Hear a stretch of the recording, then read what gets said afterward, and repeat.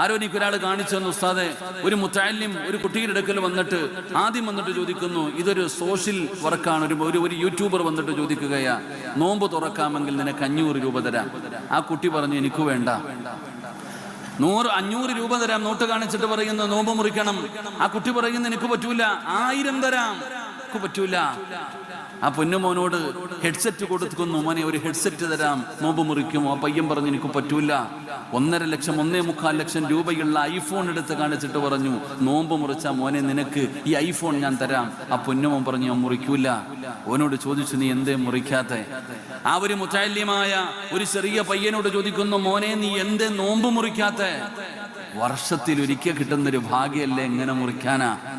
എന്റെ പ്രിയപ്പെട്ടവരെ, ആ ചോദിച്ച ചെറുപ്പക്കാരന്റെ കണ്ണുപോലും നനയുന്ന രീതിയിൽ നമ്മൾ ഇതിനകത്ത് ചില കാര്യങ്ങൾ റമളാൻ മാസത്തിൽ എവിടെ എത്തി നിൽക്കുന്നു എന്ന് നമ്മൾ പഠിക്കണം. ആ തൊപ്പിയിട്ട ജുബ്ബയിട്ട ഒരു മുത്തഅല്ലിമിന്റെ മുമ്പിൽ പോയിട്ട് നോമ്പ് മുറിക്കാമോ എന്ന് ചോദിക്കേണ്ട ഒരവസ്ഥ മനസ്സെങ്ങനെ ഉണ്ടായിട്ടുണ്ടാകും? നാം ചിന്തിക്കുന്നത് അവിടെയാ. എന്റെ പ്രിയപ്പെട്ടവരെ, ഇന്നെല്ലാം കളിയും തമാശയും. ഇന്ന് നോമ്പ് മുറിക്കുന്നത് പോലും റീല, കളിയാക്കുകയാ, ഒളിഞ്ഞിരുന്ന് ഭക്ഷണം കഴിക്കുന്നവന്റെ വീഡിയോ എടുക്കുകയാ.